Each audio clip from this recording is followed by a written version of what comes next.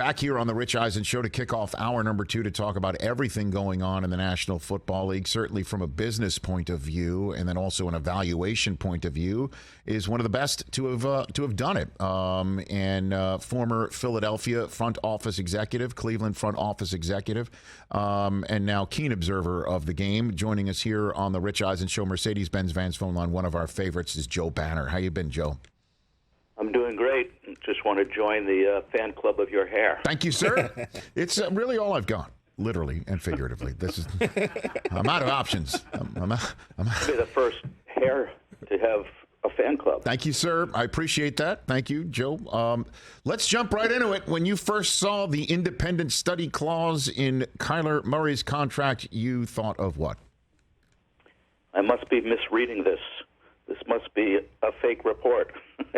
How did this possibly happen? It's just hard to understand. I mean, the contradiction of $46 million a year and somebody you don't trust to work 4 hours a week. Let's be clear, that's about 35 minutes a day. So I don't understand it. And, I watch his play, and, he has strengths and weaknesses like most quarterbacks, but you don't look at it and say, wow, well, we're looking at somebody who doesn't seem to be at all prepared. So I don't understand it. There's no chance it wasn't coming out. People worry about who leaked it. Well, there's lots of people like me, like you, members of the media teams. We're all reading every contract that comes out. That everybody knew this was going to create kind of a furor. And it must mean that they've tried everything else they could possibly do, and none of it worked. I mean, this, from my front office experience, none of this makes any sense whatsoever. And, basically they humiliated the player for an unenforceable clause in a contract that we've never seen before. But based on your evaluation of his play, you don't see somebody that needs more study time? Is that what you're saying? Well, listen, yes, you do. But is it to the degree that we would have been able to look at the tape and go, wow, this guy doesn't look like he's preparing at all? Because all they're asking for is 4 hours. I can't even tell you how minimal that is. There are quarterbacks that spend 4 hours a day, especially in the first half of the week as they're studying the opponent. So it was such a small ask. I don't think that we're watching tape and going, wow, this guy is just so ill-prepared mentally that even a few minutes a day is going to change the production. Now, that said, I'm not telling you that he's the quickest processor in the league. Some of that's still inexperience. We've only seen him play for 3 years, and some of it probably does require some additional work. But if you said to me, just watch the tape and tell me of these 10 players which one looks the least prepared, Kyler Murray's tape would not jump out at me. It would say, yes, he's got some work to do. He can improve, work harder, more experience. But I'm not sitting there going, wow, this guy doesn't look like he's preparing at all. That's not what I see, at least personally. So then why do you think it happened, right? Why do you think that's in there? Yeah, well, I think that the insiders who are seeing him every day disagree with what I just said. I mean, I don't know what else you could conclude. But if that's the case, why are you giving him $46 million? You could easily wait a year. You could wait 2 years. In fact, in his situation, you could even wait 3 years. If you don't trust his work ethic, and then if you've really done anything other than shame him publicly, because this is not enforceable. I mean, who's tracking this? What case are you going to make? And by the way, if the consequence is that the guarantee goes away, unless you're prepared to cut him, that doesn't mean anything. The salaries that are listed on the sheet, if he's still on the team, he still gets paid. He just has to worry about it a little bit more.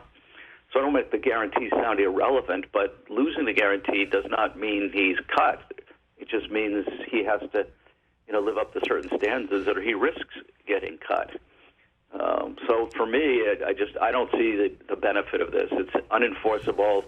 It's going to publicly shame the quarterback in a way that isn't productive. And I don't know that 4 hours a week can really fix the problem if it's as severe as needing to put that clause in makes it look. Former NFL executive Joe Banner here on the Rich Eisen Show. What did you think of the rest of the contract? And, the independent study clause masks what I thought would 1,000% be the only thing we were talking about. The Kyler Murray contract, once it came in, was every dollar guaranteed in the same way that the Haslam family did for Deshaun Watson? And the answer wound up being no. So what's your take on the rest of the contract and the way it was formed in the current climate of Deshaun Watson having every dollar guaranteed in his contract? Yeah, so my first reaction was the same as everybody's. The clause was just stunning. I focused on that and finally got a chance to really read the contract, break down all the details of it, and actually compare notes with a couple of people working for the team just to make sure I was looking at it properly. I actually think this is a good contract for the player. The cash flow of the contract, if you look at New Year's, which I think is what most people is legitimate, is actually better than what Aaron Rodgers got. Over the first 3 New Years of the contract, Kyler Murray's deal averages $49.2 million. Aaron Rodgers' contract averages $48.2. By the way, Deshaun Watson averages $46. Over the first 3 New Years, Kyler Murray averages over $3 million more per year than Deshaun Watson. So I think that's, and the most important evaluation, most people would agree, is the value of those first 3 years. And now I'm talking first 3 New Years, because this contract can be made to look bad if you wanted to by factoring the 2 years that they still owned. I mean, the Cardinals still owned. Mm-hmm. But if we're looking at New Year's, I mean, I think that's a spectacular 3-year average. I don't think he's even close to the player that Aaron Rodgers or Deshaun Watson is or Josh Allen. By the way, Josh Allen's all the way down to $35 million average. $45 million average per year for the 3 years. So he's $4 million ahead of Josh Allen if we're comparing the first 3 New Years. He's also got guarantees that are written so that they kick in a year earlier than the season they apply to. We're probably getting too technical for the listener, but that's a very favorable thing. Not as favorable as what Watson got, which is fully guaranteed with no question marks. But you're forcing a team to make a decision a year early and then still have the quarterback on the roster that they've basically said after this year we're done with you. So it's a really untenable situation for the team. So I use the term sometimes effective guarantee versus literal guarantee. There's quite a bit of effectively guaranteed money in this contract. In fact, I could see where the agent's looking at it and arguing that the whole contract is effectively guaranteed. I wouldn't agree with that, but I do think it's effectively more guaranteed than the 160 and 105 numbers that we're hearing out there. Longtime executive Joe Banner here on the Rich Eisen Show. What do you think is going on with Lamar Jackson? Because he's next. What do you think's happening? You know, this is what's interesting about Lamar. I'm not a big fan of players representing themselves, especially now that a lot of the agents are willing to charge a little bit less after the union kind of intervened in this a few years back. But whether it's he's been really smart or he just stumbled into it, he was really wise to wait till he's completed at least 4 years to do the deal. I mean, the market for him a year ago, assuming he's going to be in that couple of highest paid quarterbacks, was meaningfully less than it is right now. I mean, that Aaron Rodgers deal wasn't done. The Murray deal wasn't done. The Watson deal wasn't done. So the 3 top-paid quarterbacks deals have happened in the last year. So Lamar should get even a better deal than he would have a year ago. And, you know, the only thing here is he interested in a Kirk Cousins path to really kind of play it out and test the market, a young star quarterback, totally free? If not, I would say I think he's at the point where he's kind of maximized the value of waiting, and the risk of taking more time is getting larger than the benefit, and he should probably try to complete a deal this summer. And I think the Ravens badly want to keep him and prepared to make him high paid, but I think he's chosen actually to kind of slow play this for now. But my opinion is, in hindsight, that was very, very smart. But the time has now come to get a deal done. Joe Banner, former NFL executive here on the Rich Eisen Show. What's your read of what's happening with Jimmy Garoppolo and how it's going to play out from here, Joe? They're unfortunate for the 49ers that he got injured, and that kind of depressed his ability to be in the market and receive any real compensation at the time that the other quarterbacks who moved this year were available. For me, I probably think higher of Garoppolo than most, although the fact that he struggles to stay healthy would scare me a lot. I'm not sure who the suitor is. I mean, I would say it should be Seattle or Houston or one of those teams, but they're acting like they're satisfied. They're certainly not going to pick up his contract, so he's going to have to renegotiate it. And I wouldn't rule out the possibility if he has to take a cut and go to a team that he may not be the starter at, that he stays there. I don't think that's most likely, but I think people are kind of crossing it off as a possibility. But the teams that in my mind need him the most, that he gets a chance to play quickly and can actually have an impact, are Seattle and Houston. But they seem to think higher of their quarterbacks than I certainly do, and many others do, at least if we trust the actions speak louder than words. Well, I do like Davis Mills, and, a lot of evaluators believe that if Mills had stayed another year in Stanford, he would have been a top 10 pick. He would have been the first quarterback off the board before Pickett by a wide margin, and so I kind of believe that Houston wants to stick with him there. Seattle is another story, and obviously Seattle and San Francisco are in the same division. So do you think San Francisco might be hanging on to see if somebody gets hurt over the next couple weeks, and thus they will have no choice but to go grab Garoppolo, a la Sam Bradford from back in the day, and then if not, then they'll just have to release him, right? I mean, what does releasing him mean? No, that's exactly right. Those are the choices. The chance of an injury, and it's an injury of the team that isn't likely to be a contender. They're still not going to get a very big offer, and he's still going to have to adjust the contract. Now, maybe it just converts things to incentives versus in base salary. But really, that's a real long-shot strategy. But they have nothing to lose by waiting a few weeks here and seeing if it plays out. The fact that they appear to have had a cordial meeting with him in the last couple of days makes me think that they came to some understanding. Like, listen, give us a little time to see if we can get some value. We'll collaborate with you on where.